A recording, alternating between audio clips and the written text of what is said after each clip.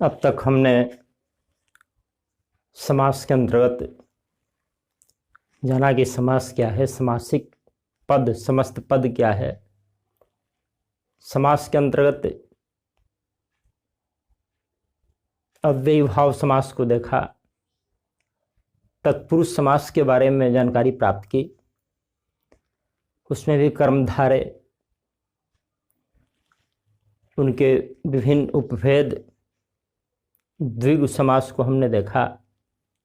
तत्पुरुष समास के 6 विभक्तियों में हमने समास को देखा, जाना, पहचाना। अब आगे हम देखते हैं कि द्वंद्व समास क्या है। अगला भेद है समास का द्वंद्व। द्वंद्व का 2 अर्थ है, संघर्ष, लड़ाई भी, भेद, और द्वंद्व का अर्थ है 2 का जोड़ा। तो द्वौ सह अव्यक्तौ, दो का साथ साथ अभिव्यक्ति करना, द्वंद्व।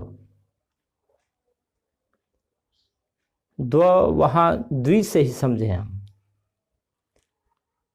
द्वंद्व इसका नाम दिया गया क्यों? क्योंकि इसमें दोनों पद प्रधान होते हैं। पहले हमने देखा कि अव्ययी भाव समास में प्रथम पद प्रधान है, तत्पुरुष समास में उत्तर पद प्रधान है, दूसरा पद। द्वंद्व समास में देखेंगे कि दोनों पद प्रधान है, दोनों पदों की प्रधानता है। कॉप्युलेटिव कंपाउंड इसका अंग्रेजी में नाम दिया गया है। कॉप्युलेटिव का मतलब तो ज्वाइन होता ही है, दोनों को जोड़ता है वो योजक चिन्ह से। द्वंद्व समास को माने टुगेदर, प्यूलेट माने ज्वाइन, बाउंड, बाइंड। तो एक तरह से नाम से अर्थ निकाल रहे हैं हम कि द्वंद्व समास नाम क्यों दिया गया इसका। दोनों पदों की प्रधानता है। इसमें जब विग्रह करते हैं हम तो योजक, समुच्चय, बोधक जो अव्यय है और वो रहता है, विग्रह करने पर समस्त पद बनाने पर लुप्त हो जाता है। और वियोजक चिन्ह भी, अथवा, या, वा, ये चिन्ह लुप्त रहते हैं समस्त पद में द्वंद्व समास के, और विग्रह करते हैं तो ये चिन्ह अभिव्यक्त होते हैं। कौन कौन? और, अथवा, वा, या, एवं। इसका मतलब कि एंड और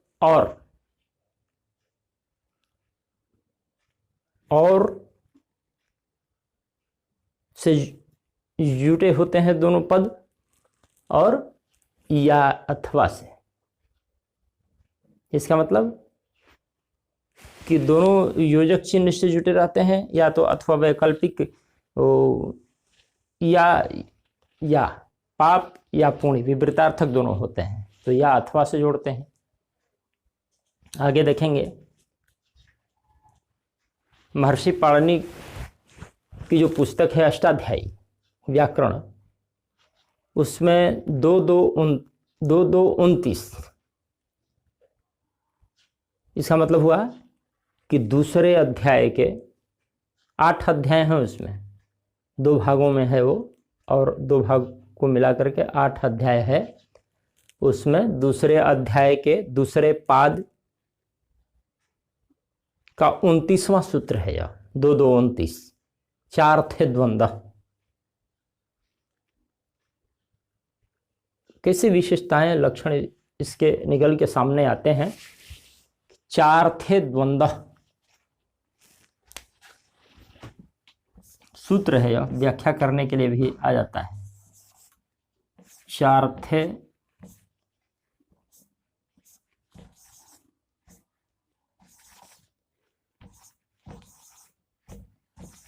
द्वंद्व। यहाँ ऐसे भी लिख सकते हैं हम, चार थे। इसका मतलब है कि च अर्थ है, च अर्थ है, चार थे का अर्थ हुआ च प्लस अर्थ है, अर्थ है सप्तमी विभक्ति है, इसका मतलब हुआ अर्थ में। च अर्थ में द्वंद्व समास होता है, च अर्थ माने और के अर्थ में, दोनों पद और से जुटे रहते हैं, और इसमें अंतिम शब्द का लिंग प्रधान होता है। द्वंद्व समास में कहा गया है कि दो या दो से अधिक शब्द जब अपनी विभक्तियों को छोड़कर आपस में, दो या अधिक, सबसे अधिक पद द्वंद्व समास में जुड़े रहते हैं। दो से अधिक पद जुड़ सकते हैं, तीन, चार, दाल, भात, अचार, चटनी, ये सब चारों नाम बोल दिए, सब द्वंद्व समास हो गया, चार चार पद जुट गए। तो द्वंद्व समास में दो ही के अर्थ में नहीं, दो ही पदों में नहीं होता है, दो से अधिक में भी हो सकता है, तत्पुरुष में भी दो से अधिक में हो सकता है, लेकिन द्वंद्व समास में तो सबसे अधिक पद जुड़ सकते हैं और अंतिम शब्द का लिंग प्रधान होता है। दोनों पदों के बीच हाइफन रह भी सकता है, नहीं भी रहता है, लेकिन और या अथवा का सेंस रहता है उसमें। जैसे उदाहरण हम देखें, नर नारी, ये 2229 लिखने से स्पष्ट हो जाएगा कि क्या है। 2229 हमने लिख दिया। अष्टाध्यायी का दूसरे अध्याय के दूसरे पाद, पाद का मतलब चार पाद में बांट दिया जाता है। पाद माने भाग ही, जैसे हम लोग गणित में बनाते हैं आलेख खींचते समय, तो इधर x, x dash, y, y dash, पाद क्या है इसको बता रहे हैं। उस समय बच्चे पढ़ते हैं कि ये प्रथम पाद है, या द्वितीय पाद है, तृतीय पाद है, चतुर्थ पाद है, ऐसा कुछ है गणित में। चार पाद में 360 डिग्री घूम गया। और पाद शब्द आया अष्टाध्यायी में, इसलिए इसकी बात कर रहे हैं कि पाद क्या है। पूरे को चार भागों में बांट दिया, प्रथम पाद, द्वितीय पाद, तृतीय पाद, चतुर्थ पाद। इसका मतलब कि दूसरे अध्याय के दूसरे पाद में 29वां सूत्र है, चार थे द्वंद्व।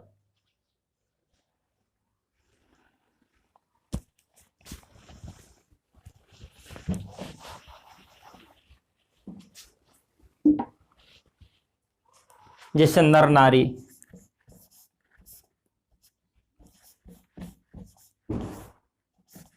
नर नारी हाइफन से युक्त है, योजक चिन्ह लगा है।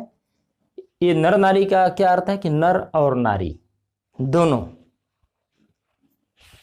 कॉपुलेटिव कंपाउंड, कॉपुल में दोनों हैं। नर नारी, भात दाल,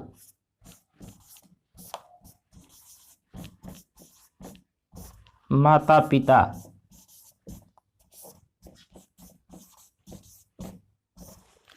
पाप पुण्य,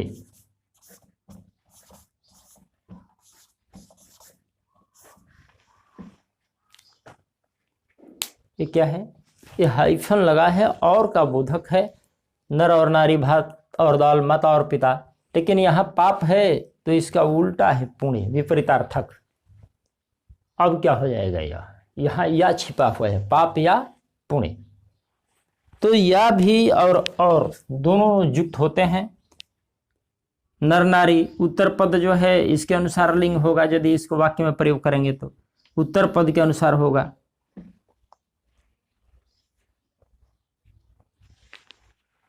बहुवचन में होगा, वचन बहुवचन, चूंकि एक से अधिक का बोध हो रहा है इसलिए बहुवचन।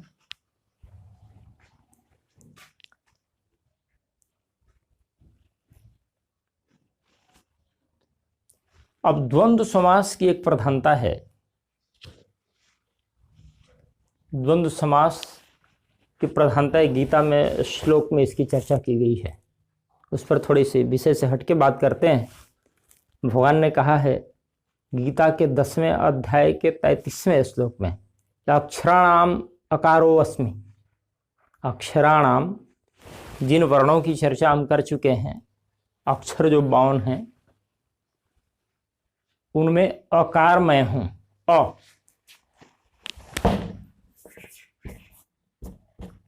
अक्षराणाम मतलब अक्षरों में, अकारो अस्मि, अकारः अस्मि, अकार हूं मैं। अब भगवान ने कहा या नहीं कहा, श्री कृष्ण ने कहा या नहीं कहा, लेकिन कवि ग्रंथ का रचनाकार ये कह रहा है तो इसका कुछ मतलब है। अक्षरों में मैं अकार हूं, महीनों में क्या हूं, वृक्षों में क्या हूं, नदियों में कौन हूं, मुनियों में कौन हूं, ये सब भगवान ने कहा है। तो उन चीज़ों की प्रधानता हो गई। धातु नाम कांचनम अस्मि, धातुओं में मैं सोना हूं, भगवान ने कहा। इसलिए आज सोना का इतना महत्व है। सोना एक धातु ही है, महत्व कैसे हो गया? जब भगवान ने कह दिया कि सोना में, धातुओं में मैं सोना हूं, तो सोना लोग गले में लगाने लगे, हाथ में लगाने लगे। वो ईश्वर का प्रतीक मान दिया गया सोना, इसलिए सोने का महत्व है। भगवान ने कहा कि धातु नाम कांचनम अस्मि, धातुओं में सोना हूं, इसलिए शरीर में लोग धारण करते हैं। अब कह दिए कि अक्षराणाम अकारो अस्मि, अक्षरों में अ हूं, इसका मतलब कि कोई भी वर्ण बिना अ के पूर्ण हो ही नहीं सकता है, अधूरा है वो। तो क को बोल पाएंगे जब उसमें अ लगाएंगे, इसको बोल पाते हैं तभी जब इसमें अ लगता है, क। इसलिए स्वर मिलते हैं, अ मिला तो वो एक वर्ण हुआ पूरा। इसलिए अक्षरों में अ को कहा उन्होंने, अक्षराणाम अकारो अस्मि। द्वंद्वः समासिकस्य च, समासों में मैं द्वंद्व हूं। अभी कहां से गीता में समास आ गया? द्वंद्वः समासिकस्य च, द्वंद्व समासों में, और किस समास को नहीं कहा गया है। क्या प्रधानता है द्वंद्व की? तब द्वंद्व में दोनों पद प्रधान होते हैं। आध्यात्मिक इसकी व्याख्या करें तो भगवान ने कहा कि दोनों प्रधान है। यह जगत भी प्रधान है और आंतरिक जगत भी प्रधान है। बाह्य जगत का उतना ही महत्व है जितना आंतरिक जगत का, दोनों प्रधान है। हर चीज में दोनों की प्रधानता उन्होंने दी, दोनों प्रधान है। इसका मतलब कुछ भी अग्राह्य नहीं है। यदि उस तरह की मानसिक स्तर बनाए हैं, तम सब प्रकृति के द्वारा निर्मित है, रचित है। इसलिए किसी में भी निंदा दोष ज्ञानीजन नहीं देखते हैं। और जिस तरह से द्वंद्व समास का विग्रह करके दोनों का अर्थ जान लेते हैं, उस तरह से विवेकी लोग दोनों में भेद भी जान लेते हैं कि दूध क्या है और पानी क्या है। निरक्षीर में अंतर भी जान लेते हैं विवेकी जन। जैसे द्वंद्व समास में और लगा के हम उसका विग्रह करके अर्थ जान लेते हैं, माता और पिता, देव पितर। वहां धनी भी प्रधान है, गरीब भी प्रधान है। भगवान ने फिर कहा है कि समो अहम सर्वभूतेषु, सर्वभूतेषु सप्तमी विभक्ति, सभी जीवों में, भूत माने जीव, समो अहम, मैं सम हूं, समान दृष्टि रखता हूं, सर्वभूतेषु, सभी जीवों में। इसका मतलब सब प्रधान है। अव्ययी भाव जैसा प्रथम पद प्रधान है, कि तत्पुरुष जैसा द्वितीय पद प्रधान है, कि बहुब्रीहि जैसा अन्य पद प्रधान है, नहीं। उन्होंने कहा कि दोनों प्रधान है। जितना पद आए उसमें 3-4 सब प्रधान है। भगवान कहना चाह रहे हैं कि इस जगत में सब प्रधान है, समय समय पर सबकी प्रधानता है, छोटा हो बड़ा हो कोई नहीं है। समो अहम सर्वभूतेषु न में द्वेष्यो, न मुझे किसी से द्वेष है, अस्ति न प्रिय, न मेरा कोई द्वेष पात्र है न कोई प्रिय है। दोनों एक ही समान प्रधान है। द्वंद्व तो न मे द्वेष अस्ति न प्रिय, न मेरा कोई द्वेष है जिसे हम द्वेष करें, न कोई मेरा प्रिय है जिसे प्रेम करें। तो फिर भगवान ने गीता में अर्जुन का साथ किस लिए दिया? न कोई द्वेष है न कोई प्रिय है। नीचे की पंक्ति में बताते हैं कि ये भजन्ति तू यहां क्या है? एक बार हम बताया कि तू में ही किम लगा के किंतु बनाया गया है। किंतु माने लेकिन, परंतु माने लेकिन। वो संस्कृत का है तू माने ही होता है लेकिन। किम और परम लगा करके बताए थे कि किंतु अपना कारण हो परंतु दूसरा कारण बन जाए किसी कारण में तो लगाते हैं। यहाँ तू केवल प्रयोग किया गया है कि ये भजंती, जो लोग भजते हैं, तू लेकिन, मेरा कोई द्वेष और प्रिय तो नहीं है, तू लेकिन ये भजंती माम, मुझे भक्त्या, भक्ति से, मई ते तेस चाप्य हम। तो कहते हैं भगवान कि मई ते, वे सब मुझ में हैं। मई सप्तमी विभक्ति है। मई ते, वे सब जन मुझ में हैं, और तेस फिर सप्तमी विभक्ति बहुवचन, उनमें चापि अहम, और च यहां भी आया है, और अपि माने भी, अहम माने मैं भी हूं उनमें। वे मुझ में हैं और मैं उनमें हूं। किनमें? जो मुझे भजते हैं। ऐसे तो मेरा कोई प्रिय नहीं है, कोई द्वेष्य नहीं है, लेकिन जो मुझे भजते हैं उनमें मैं हूं और वे मुझ में हैं। दोनों प्रधान, जीव भी प्रधान और ब्रह्म भी प्रधान, जगत भी प्रधान और ब्रह्म भी प्रधान। ब्रह्म सत्यम जगन मिथ्या शंकराचार्य जी ने कहा था, वो अलग अलग लेवल की बातें हैं। बाकी तो जो जगत में है उसके लिए जगत भी प्रधान है, ब्रह्म भी प्रधान है।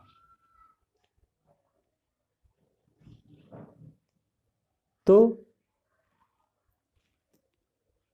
सबसे अधम निकृष्ट को भी भगवान ने प्रधान माना। द्वंद्व प्रधान पर ये बात कह रहे हैं, वो गीता में बात आ गई है। एक और उक्ति देखिए, ये श्लोक जो मैंने बोला वो गीता के 10वें अध्याय का 33वां श्लोक है।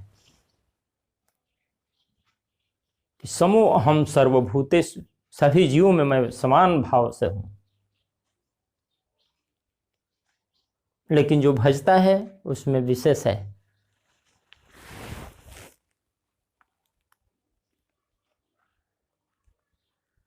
और कहा है उन्होंने कि अधम जाति सवरी जोषित जड़। इसमें तो समास की भरमार है। विनय पत्रिका का एक पद है यह, अधम जाति सवरी जोषित जड़ लोक वेद्यते न्यारी। अधम जाति, अधम समास है, माने नहीं, धम नए समास। अधम, अधम का अर्थ क्या है? अधम माने नीच नहीं कहा उन्होंने। विनय पत्रिका में तुलसीदास जी ने अधम का माने नीच नहीं कहा। अधम वो है कि one who does not blow, जो कोई प्रहार नहीं करता, जो किसी तरह का रिएक्शन नहीं देता, वो जड़वत है, इसलिए अधम उन्होंने कहा है। अधम जो ब्रह्म को नहीं जानता वो अधम, नीच निकृष्ट ऐसा नहीं भाव है वो अधम का। अधम माने सीधे हम कहते हैं कि नीच शाब्दिक अर्थ है, ऊपरी ऊपरी का अर्थ है। अधम वो है जो क्रियाशील नहीं है, जड़वत है, जहां पड़ा है पड़ा है। वो नीचे का अर्थ है, अंडर। अधम जाति सवरी जोषित जड़। जोषित कौन है? जोषित स्त्री को कहा गया। अधम जाति सवरी, सवरी अधम जाति की थी, जोषित जड़ थी। जोषित माने ऐसे सीधे सीधे स्त्री, स्त्रियों में भी जड़ थी वो। लेकिन जोशित उसको नहीं कहा जाता है। जूश माने होता है, जूश एक धातु है,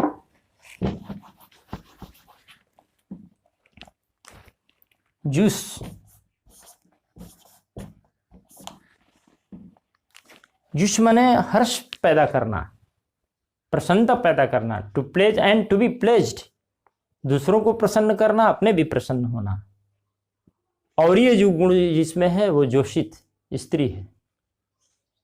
यहाँ भगवान ने वो चर्चा किया विनय पत्रिका में तुलसीदास जी ने कि अधम जाति सबरी, सबरी की चर्चा है, भेलिनी जो थी जहाँ बेर खाए थे भगवान। अधम जाति सबरी जोशित जड़, अधम एक समास आ गया इसमें। इस तरह से हम जब कोई पद पढ़ें, श्लोक पढ़ें, चौपाई दोहा पढ़ें, उसमें पहचानते भी चलें। अधम जात सबरी जोशित जड़, लोक वेद ते न्यारी, लोक वेद आया है एक, ये लोक वेद हाइफन दिखाई दिया यहां और छिपा है। लोक और वेद से वो न्यारी थी, अलग थी।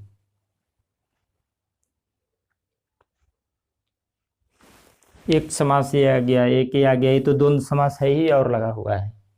लोक और वो दोनों से न्यारी थी। जानी प्रीति, लेकिन प्रीति जानकर भगवान ने दय दर्श कृपा निधि, कृपा निधि समास है।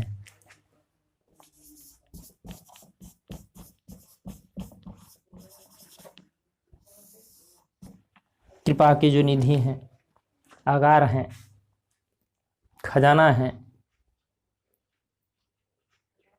जान प्रीति दय दर्श कृपा निधि, सो रघुनाथ उद्धारी। रघुनाथ, फिर यहाँ एक समास है,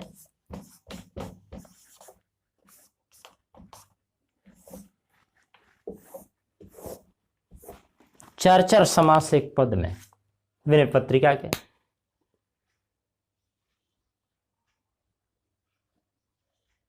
ये जो रचित पुस्तकें हैं, ग्रंथ हैं, कवितावली है, विनय पत्रिका, रामचरितमानस, बहुत सारे शब्द हैं जहाँ ध्यान रखेंगे हम तो बहुत सारे उदाहरण मिलते हैं।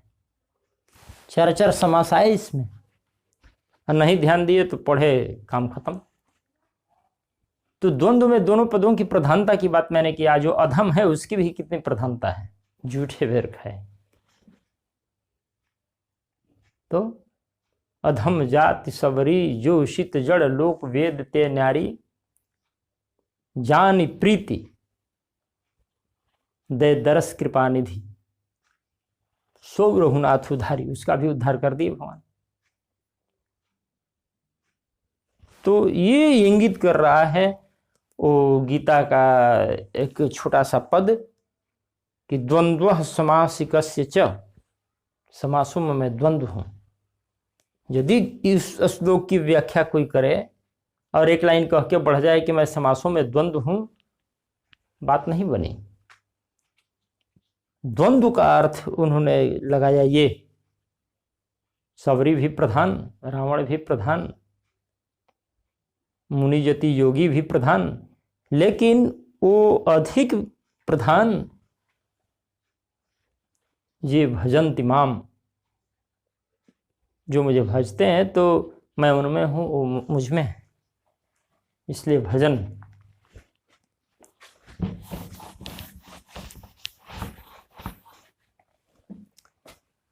अब देखते हैं हम कि द्वंद्व समास जो हमने ये दिया कि और से कहीं जुड़ता है, कहीं या लगा हुआ है, इसके आधार पर हम लोग तीन भेद उसका बनाए हैं। पहला है इतरेतर द्वंद्व, पहला इतर एतर। क्या है? इतर इतर है, इतर माने अन्य, अदर, इतरेतर द्वंद्व। रेसिप्रोकल है,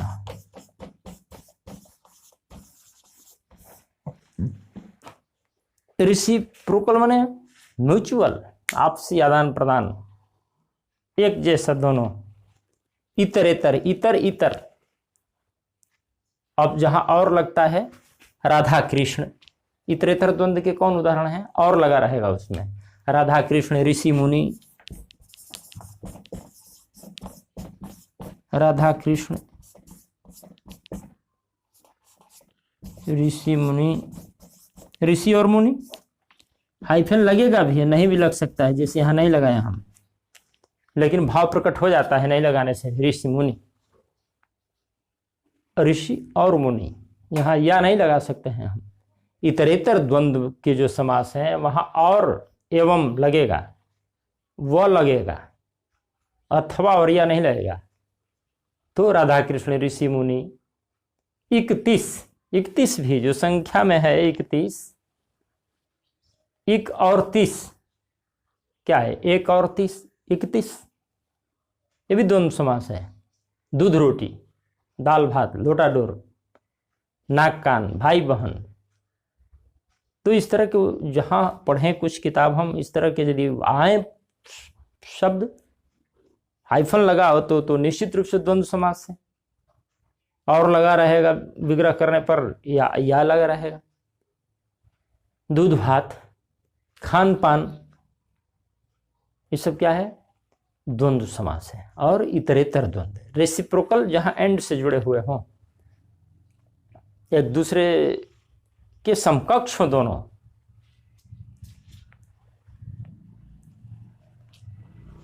ये इतरेतर है।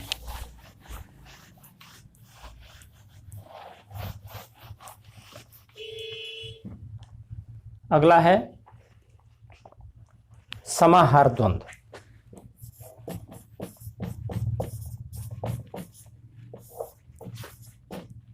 समाहार द्वंद्व,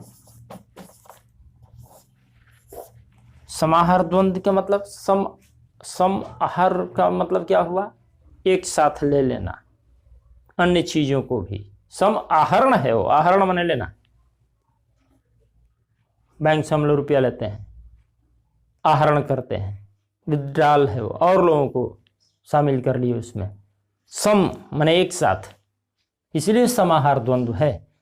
याद करने के लिए, पहचानने के लिए कि दो पद आए लेकिन उस तरह के अन्य शब्द उसमें जुट जाते हैं अप्रत्यक्ष रूप से, उस समाहार द्वंद्व है। समाहरण अर्थात समान पदार्थ को एक साथ ले लेना। पदों के साथ साथ अव्यक्त पद का भी बोध होता है इसमें। जो पद दिए रहेंगे उसके साथ अन्य पद का भी बोध हो जाता है। जैसे चमक दमक,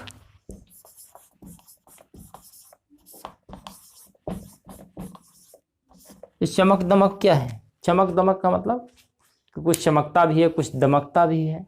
दमकना मैंने भी, तो चमक दमक के साथ बहुत सारी चीजों की चमक दमक होती है उसमें। उसको सब मिला के हम लोग चमक धमक बोल दिए, तड़क भड़क बोल दिए, बहुत सारी चीजों को मिला के तड़क भड़क कहते हैं हम लोग। रुपया पैसा, रुपया पैसा का अभाव है, रुपया पैसा के साथ साथ अन्य चीजों का भी अभाव। दाल रोटी चल रही है, इसका मतलब केवल दाल ही रोटी नहीं, और सारे काम अन्य पद भी व्यक्त हो रहे हैं दाल रोटी के साथ साथ। उनका चाल चलन ठीक है, चाल चलन के साथ साथ और जो व्यवहार हैं वो, मारपीट, मारपीट के साथ साथ और चीज भी हुआ, गाली गलौज हुआ होगा, मोटा ताजा, आगा पीछा करना, बहुत सारी बातों में लेन देन, कई चीजों का लेन देन हो सकता है। घर द्वार, मेरा घर द्वार न छूटे, घर द्वार के साथ साथ और खेती बाड़ी भी सब उसमें आ जाए, इसलिए समाहार है। घर द्वार,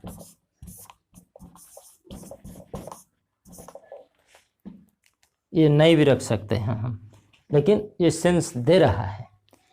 घास फूस, जंगल झाड़, घास फूस बोलते हैं, इसका मतलब कि घास फूस के साथ साथ और बहुत सारी चीजें हैं, इसलिए ये समाहार है। समाहार माने आहरण और अन्य शब्दों का भी, सागपात। कहा सुनी में बहुत सारी बातें अन्य भी होती हैं। सेठ साहूकार, सेठ साहूकार का मतलब कि सेठ साहूकार, अन्य व्यापारी भी। देव पितर, अन्य भी। जीव जंतु, जीव जंतु में जीव जंतु और बहुत सारे जीव जंतु, समाहार। कंकर कंकर पत्थर के साथ साथ और छोटी छोटी चीजें भी हो सकती हैं उसमें। कागज पत्र में बहुत सारे कागज पत्र हो सकते हैं। धन दौलत, तो ये सब समाहार का अर्थ हुआ कि जो दो शब्द हम बोल रहे हैं उसके साथ साथ अन्य चीजें भी उसमें समाहित हो जाती हैं, इसलिए समाहार। रोटी कपड़ा मकान, रोटी कपड़ा मकान तीन ही नहीं, अन्य सारी चीजें भी आवश्यक चीजें जो जरूरत की चीजें हैं। अब उसमें एक बोले थे हम कि दाल भात चटनी अचार, 4 पदों का ये द्वंद्व समास हो गया। सब में और जुड़ा हुआ है तो इतरेतर द्वंद्व हो जाएगा। और जो चमक दमक, घर द्वार, दाल रोटी, खान पान, चाल चलन, रहन सहन, आहार विहार, ये सब जो युग्म हैं वो दोनों के साथ साथ अन्य का भी बोध करा रहे हैं, अन्य का अर्थ भी समाहित कर रहे हैं, इसलिए समाहार द्वंद्व। तीसरा है वैकल्पिक द्वंद्व, अल्टरनेटिव है इसमें। वैकल्पिक, इक लगा इसलिए हर सही दे दिए यहां। वैकल्पिक विकल्प से बना है। हमने कहा है कि इक जब लगाते हैं प्रत्यय तो ये हर्षई का आय हो जाता है, जैसे इतिहास का ऐतिहासिक, उसी तरह से बन गया यह वैकल्पिक। पीछे जो पढ़े हैं उनका भी रिवीजन आगे पढ़ते समय होता रहता है, ध्यान रहे तो। सब व्याकरण के अध्याय पढ़ जाने के बाद जब भी अखबार पढ़ें, टेक्स्ट बुक पढ़ें, विज्ञान पढ़ें, इतिहास पढ़ें, भूगोल पढ़ें, उसमें शब्द हैं लैंग्वेज के, ध्यान रहे कि व्याकरण संबंधी कुछ बातें हैं क्या इसमें, तो वो रिवीजन में याद रहता है, नहीं तो भूल जाएगा सब। नियम याद करेंगे सब भूल जाएगा, लेकिन जब पढ़ते हैं तो बको ध्यानम काक चेष्टा, पुस्तकों पर यदि व्याकरण सीखना हो तो ध्यान रहे कि ये शब्द है तो इसमें कुछ व्याकरणिक चीज है क्या। वैकल्पिक द्वंद्व, वैकल्पिक का अर्थ विकल्प, ये अथवा ये साबित करता है कि उसमें अथवा या लगेगा, जैसे हानि लाभ।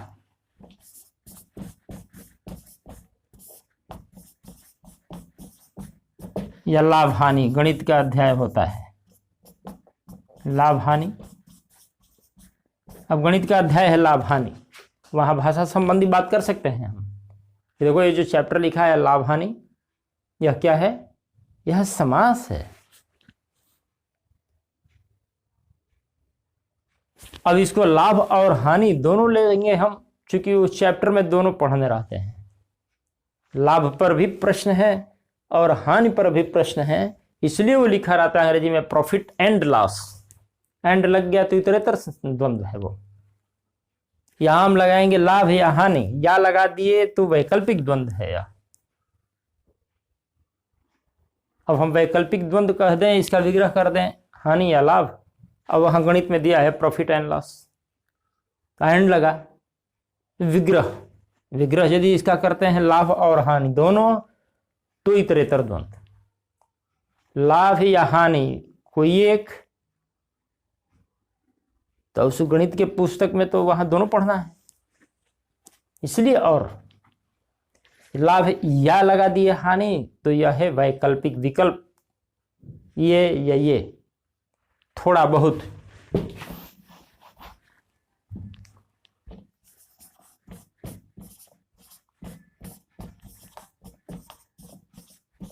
थोड़ा या बहुत,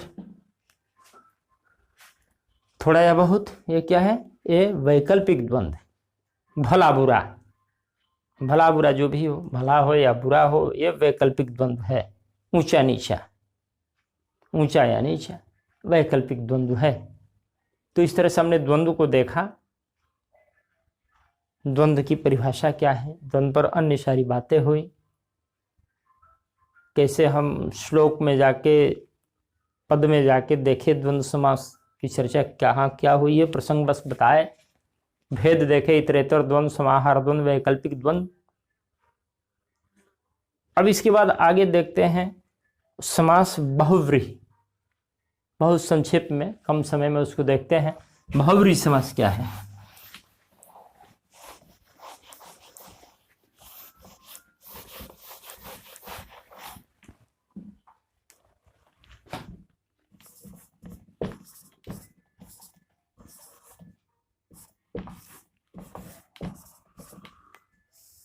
बहुव्रीहि के हिज्जे पर थोड़ा ध्यान देना पड़ता है। ये दीर्घई है, ये हर्षई है। बहुव्रीहि, इसको हम कहते हैं एट्रीब्यूटिव कंपाउंड। अंग्रेजी की लिखते हैं समास का, क्यों? हिंदी व्याकरण में अंग्रेजी शब्द का कोई जरूरत नहीं है, लेकिन अंग्रेजी लिखने से कुछ उसकी व्याख्या हो जाती है और खुलता है वो। इंग्लिश का ज़माना है, बच्चे अंग्रेजी मीडियम के भी होते हैं, उससे पकड़ेंगे कि बहुव्रीहि का अर्थ क्या हुआ। लेकिन उतना ही महत्वपूर्ण है ये भी जानना कि बहुव्रीहि का अर्थ क्या होगा। ऐसे देखिएगा तो बहु माने बहुत, व्रीहि का अर्थ होता है धान। बहुव्रीहि खुद में बहुव्रीहि समास है। इसका यदि हम विग्रह करें तो वो होगा कि बहुत धान हो जिसके पास, वो बहुव्रीहि। लेकिन व्रीहि, ये जो है व्रीहि, इसमें धातु है। व्रीहि का अर्थ हुआ, ये जो व्रीहि है, व्रीहि जो है इसका मतलब वृद्धि के अर्थ में आता है। वृद्धि,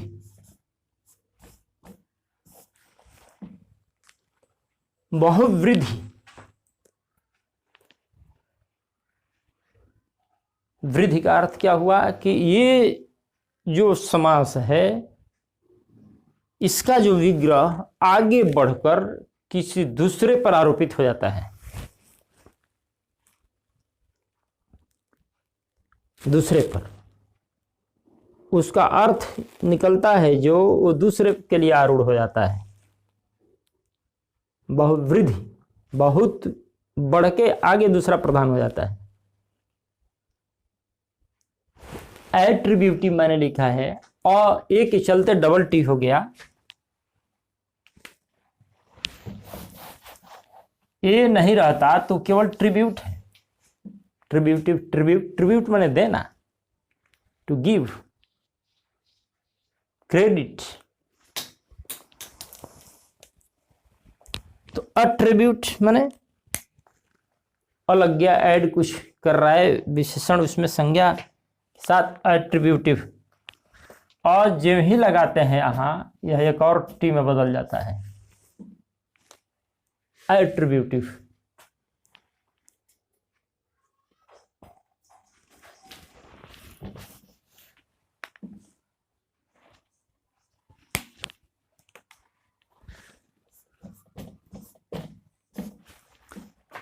एट्रीब्यूटिव का अर्थ हुआ कि to credit something to someone,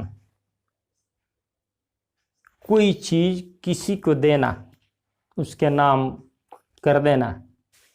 इसमें भी जो अर्थ निकलता है वो किसी और के नाम क्रेडिट हो जाता है, इसलिए बहुव्रीहि है। इसलिए कहा जाता है कि अन्य पदार्थ प्रधान बहुव्रीहि, जिसमें अन्य पदार्थ प्रधान हो जाए। ये जो समस्त पद के जो पद हैं दो, वो प्रधान नहीं होके अन्य पद प्रधान हो जाता है, अन्य के लिए वो आरूढ़ हो गया है।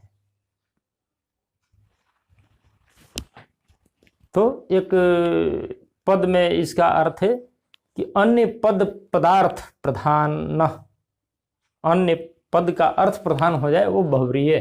पूरा पद किसी अन्य पद का विशेषण हो जाता है, किसी अन्य पद का विशेषण। जैसे हम देखते हैं, एक पद है चंद्रशेखर,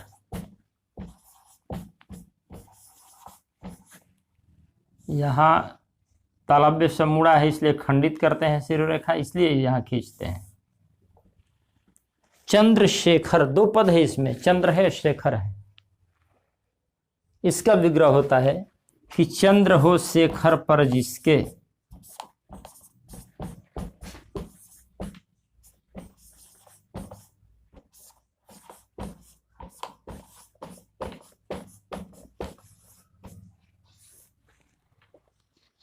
वो कौन, उसके लिए विशेषण का काम कर जाता है चंद्रशेखर। चंद्र हो शेखर पर जिसके, अर्थात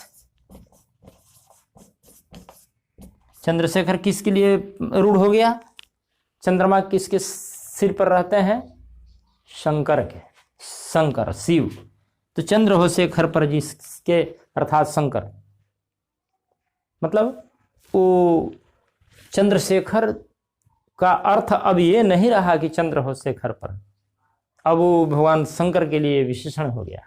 चंद्रशेखर उनका एक नाम हो गया, अन्य पद प्रधान हो गया, इसमें शंकर प्रधान हो गया।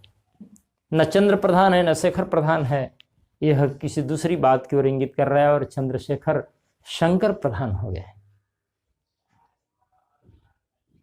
और इसमें भी कई तरह के समस्त पद आते हैं, इसलिए इनको भी 4 भागों में बांट दिया गया है। जल्दी जल्दी उन 4 भागों को देख लेते हैं। पहला है समानाधिकरण। भेद है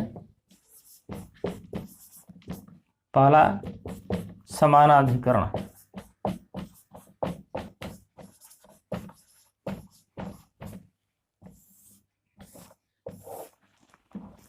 समानाधिकरण को हमने पहले देख लिया है कि दोनों इक्वल रैंक के होते हैं, दोनों में समान विभक्ति होती है, दोनों समान होते हैं, तब समानाधिकरण होते हैं। तो क्या बहुव्रीहि में भी समानाधिकरण तरह के हैं? जैसे नीलकंठ,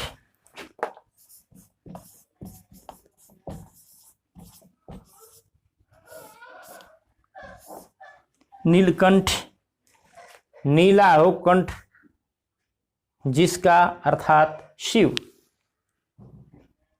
एक बात हमेशा ध्यान में रखना है, विग्रह के अनुसार समास के भेद बदलते हैं। यदि इसका विग्रह ऐसे ही करते हैं कि नीला कंठ, ये विशेषण हो गया, ये संज्ञा हो गया, तो एक कर्मधारय समास हो जाएगा नीलाकंठ। लेकिन यदि ये विग्रह करें हम कि नीला हो कंठ जिसका अर्थात वह शिव, तो ये बहुव्रीहि समास है और यह समानाधिकरण है। दोनों में देखिए, नीला हो कंठ, ये दोनों प्रथमा विभक्ति में है। जैसे शेखर पर कर दिए हम कि चंद्र हो शेखर पर, वो चंद्र प्रथमा में है तो शेखर पर अधिकरण में हो गया, शेखर पर। लेकिन यहां नीला हो कंठ, अब कंठ पर, कंठ में, कंठ का नहीं कह रहे हैं, दोनों एक ही विभक्ति में है प्रथमा में, नीला हो कंठ जिसका, अब वो दूसरा अलग चीज हो गया अर्थात शिव। तो ये नीलकंठ जो है समानाधिकरण, दोनों कर्ता कारक प्रथमा विभक्ति। इस तरह के और उदाहरण है, नीलकंठ के बाद दशानन, दस हो आनन, दोनों प्रथमा जिसके अर्थात रावण। दशानन, 10 आनन कर देंगे, 10 संख्या है तो द्विगु समास हो जाएगा। लेकिन 10 आनन हो जिसके अर्थात 10 मुंह हो जिसके, वो रावण। सिर कटा, सिर कटा हो जिसका, दोनों में प्रथमा समानाधिकरण है। कृत्य, कृत्य, कृत्य किया जा चुका हो जिसके द्वारा वह कृत्य कृत्य है। पीतांबर, पीत हो अंबर जिसका अर्थात विष्णु। एक चीज और है, पीतांबर जो दो शब्द है, पीतांबर, पीतांबर, तो विग्रह करते समय भी पीत और अंबर इन्हीं दोनों शब्दों का प्रयोग करना चाहिए। ऐसा नहीं कि हम पीला हो अंबर जिसका ऐसा विग्रह कर दे, नहीं, वही शब्द प्रयोग करेंगे। पीत हो अंबर जिसका अर्थात विष्णु, पीत हो अंबर, दोनों में एक ही विभक्ति है, इसलिए समानाधिकरण। लंबकर्ण, लंबोदर, दीर्घ बाहु, दीर्घ बाहुएं हो जिसकी। बड़ा पेट, बड़ा पेट हो जिसका। साफ दिल, साफ हो दिल जिसका वह। चतुर्भुज, 4 भुजाएं हो जिसकी। सहस्त्रबाहु, हजारों भुजाएं हो जिसकी। देखिए सहस्त्रबाहु हमको ये लिखना है, स ह और यह दांती स है, बहुत वो सहस्त्र कह देते हैं, सहस्त्र माने 1000 नहीं, वो दंत स है और इसमें र का संयुक्त है, तो ये सहस्त्र न हुआ, इसका उच्चारण स्र है, वो दंत स और र का संयुक्त है, सहस्त्र कहाँ हुआ। तो इसलिए 1000 के लिए सहस्त्र नहीं, सहस्त्र।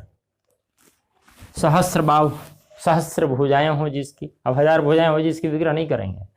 तपोधन, तप ही है धन जिसका। महात्मा, महान आत्मा हो जिसकी। मृगनयनी, मृग जैसे नयन हो जिसकी। दिगंबर, विधवा, निर्धन, निर्गत धन है जिससे। निर्धन वो है जो जिससे धन निकल गया हो, धन था लेकिन निर्गतो धन जिस्मात, जिसमें से धन निकल गया हो। पतिव्रता, पति ही व्रत है जिसका, उस नारी को पतिव्रता कहेंगे। जितेंद्रिय, जीत ली गई हूँ इंद्रियां, जिसके द्वारा वो जितेंद्रिय, महानुभाव, महामना। अब महामना मदन मोहन मालवीय कहता है महामना। कहीं कहीं ऐसा होता है, अंत में देखेंगे कि समास में कुछ विशेष तरीके हैं कि अंत वाला पद दीर्घ हो जाता है। मन है तो मना हो गया, जिसे मना।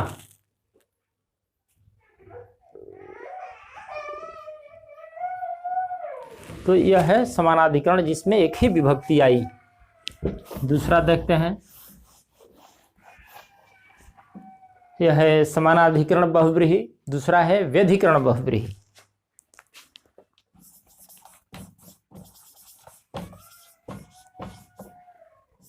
व्यधिकरण, व्यधिकरण मतलब विभक्तियां भिन्न भिन्न होंगी। पहले इसकी व्याख्या हम देख चुके हैं। जैसे एक में प्रथमा है तो दूसरे में दूसरा है। जैसे चंद्रभाल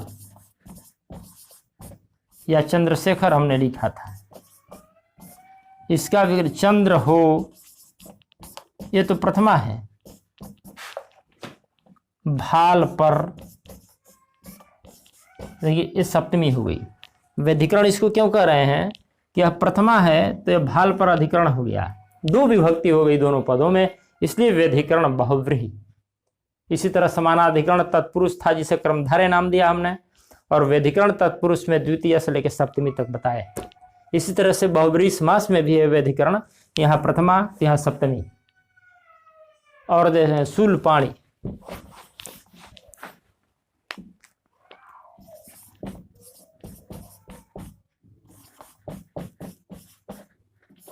शूल हो, पाणी में, फिर में वहां सप्तमी विभक्ति हो गई, शूलपाणी। शूलपाणी ये शूल है, शूल हो पाणी में जिसके, पाणी में सप्तमी। वीणा पाणी, वीणा हो पाणी में सप्तमी विभक्ति। मुरलीधर, मुरली हो अधर पर। जलज, पैदा हो जल में, सप्तमी विभक्ति आ रही है दूसरे पद में। चक्रपाणी, चक्र हो पाणी में जिसके। चक्रधर, चक्र धारण किया हो जिसने। तो कपीश, ईश हो कपि में जो, इस मन श्रेष्ठ। तो ये व्यधिकरण तत्पुरुष से दोनों पदों के साथ साथ भिन्न भिन्न विभक्ति आती है, इसलिए व्यधिकरण है बहुव्रीहि। बहुव्रीहि इसलिए कि दूसरा पद प्रधान हो जा रहा है। अगला है तुल्य योग बहुव्रीहि। तुल्य योग, तुल्य योग ये इसलिए है कि तुल्य योग बहुव्रीहि में आता है योग, उसमें और कुछ जुटता है। प्रथम पद स होता है, स माने साथ, लेकिन जब समास होता है तो केवल स रह जाता है। सपरिवार एक शब्द है, सपरिवार, यह है सहपरिवार। संस्कृत में करें तो परिवारेण सह, परिवार के साथ है जो वह, लेकिन हिंदी में हो जाता है सह परिवार, ह हटके सपरिवार हो जाता है। सपरिवार माने परिवार सहित, मतलब परिवार के साथ है जो वह। सरस, रस के साथ है जो वह। सकर्मक, सकर्मक जो क्रिया हम कहते हैं सकर्मक, वो खुद में बहुव्रीहि समास है। वो कौन समास? तुल्य योग बहुव्रीहि। सावधान, अवधान के साथ। सफल, फल के साथ जो है। सार्थक, अर्थ के साथ जो है। सार्थक, देखिए अर्थ में जब स लगा, अर्थ में जब स लगा तो सा हो गया, अ हटके, तो सारथी होना चाहिए। लेकिन कुछ ऐसे हैं समास जो अंत में क लग जाते हैं, उसकी चर्चा बाद में करेंगे। जैसे सपत्निक, अन्य मनस्क, क जुट जाता है। किन किन शब्दों में जुटता है उसको आगे देखेंगे। जैसे एक उदाहरण दिया मैंने, सार्थक, सकर्म कह देना चाहिए, अब क क्यों? तो कौन कौन से शब्द हैं जहां आगे क जुट जाता है अलग से, उसको देखेंगे बाद में। तो सकर्मक, सार्थक, ये क्या है? तुल्य योग बहुव्रीहि है, स सहित है, सविनय, हम लोग सविनय कहते हैं, सविनय निवेदन है। सविनय क्या है? तुल्य जो बहुव्रीहि है। सविस्तार, सावधि, सवेरा, सार्थक, ये सब स लगा, सचेत, सबल, स का जहाँ साथ अर्थ हो वो क्या है? सावधिक परीक्षा हम कहते हैं, वहां भी क लग गया, सावधि स लगा है, इसलिए तुल्य जो बहुव्रीहि है। साश्चर्य, सनाथ, नाथ के साथ है जो वह। अब दो चीज पर हम सवा, साढ़े और पौने, इसी क्रम में सवा, साढ़े, एक चीज की चर्चा हम कर देते हैं कि क्या है सवा साढ़े, कैसे इसका विकास हुआ। सवा का मूल रूप था, सवा का असल में मूल रूप था, स लगा है तो सवा का मूल रूप था सपादम।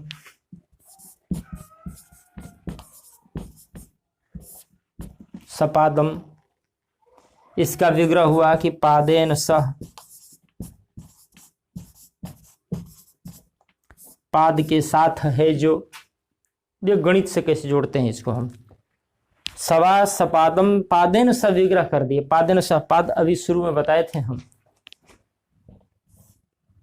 कि 1 2 3 4 है। जब एक भाग लेते हैं तो एक पाद हुआ, यही पाद है, प्रथम पाद, द्वितीय पाद, तृतीय पाद, चतुर्थ पाद।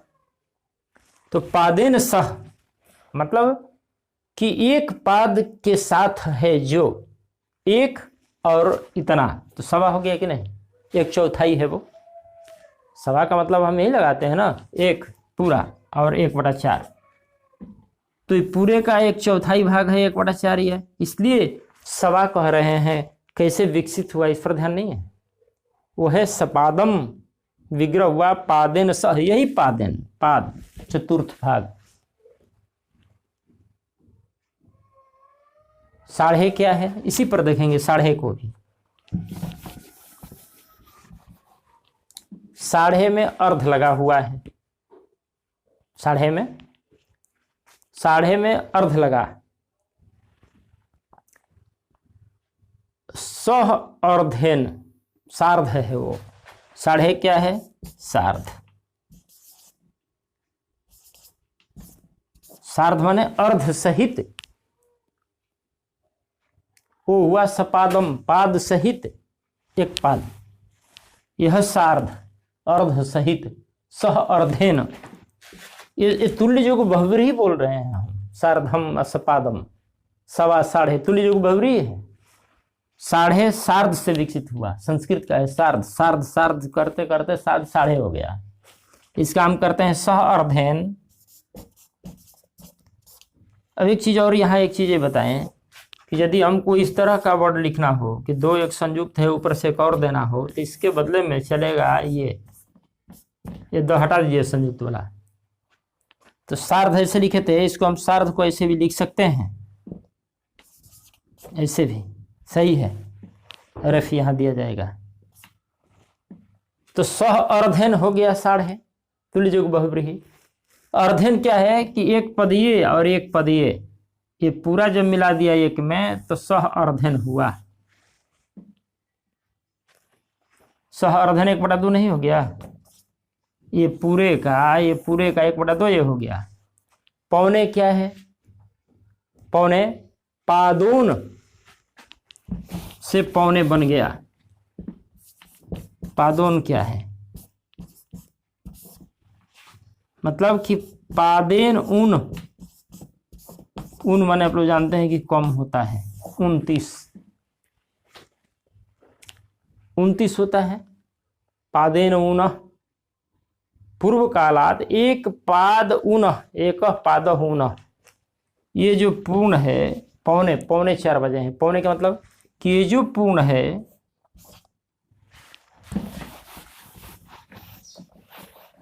ये जो पूर्ण है पूरा का, ये पूर्ण जो है इसका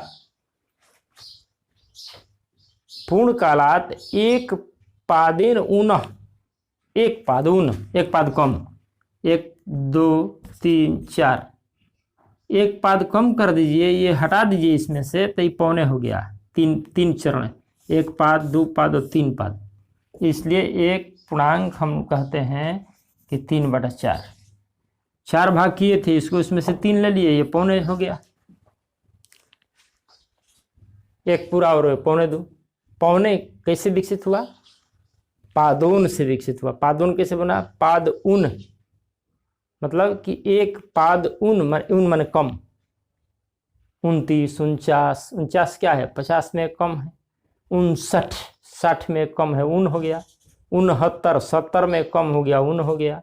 79, 80 में कम है, उन है।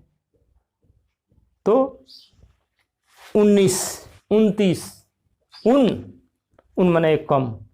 इस तरह से पौने जो विकसित हुआ वो पादोन से हुआ। साढ़े विकसित कैसे हो गया? सार्ध से। सवा विकसित कैसे हुआ? सपादम से। और पाद दिखाया मैंने, वो जो वाले खींचते हैं हम लोग तो पढ़ते हैं, प्रथम पाद, द्वितीय पाद, तृतीय पाद, चतुर्थ पाद। तो शब्दों का कैसे विकास हुआ, उसकी व्युत्पत्ति क्या है, मूल में अर्थ क्या है, इसको समझने के लिए व्याकरण। और एक है अंतिम व्यतिहार बहुव्रीहि। व्यतिहार, व्यतिहार, व्यतिहार का अर्थ होता है घात प्रतिघात।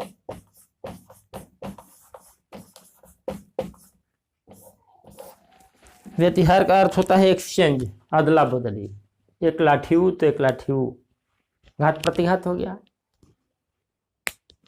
कहा सुनी, कहा सुनी के मतलब कुछ कह रहे हैं, कुछ सुन रहे हैं। हम कुछ कह रहे हैं, कुछ सुन रहे हैं, कहा सुनी है। मुका मुकी, जैसे मुका मुकी, मुका मुकी एक मरमरी है। मुक्के मुके के साथ जो लड़ाई हुई वो मुका मुकी है। इसमें एक नियम है कि यह तो दीर्घ हो जाता है और यह हर्षई हो जाता है, दीर्घ इधर, मुका मुकी। लाठी लाठी से जो लड़ाई हुई वो क्या है? लाठा लाठी। बात बात से जो हुई लड़ाई वो क्या है? बाता बाती। कैसे बदलता है वो? बात बात से, बात बात से जो लड़ाई हुई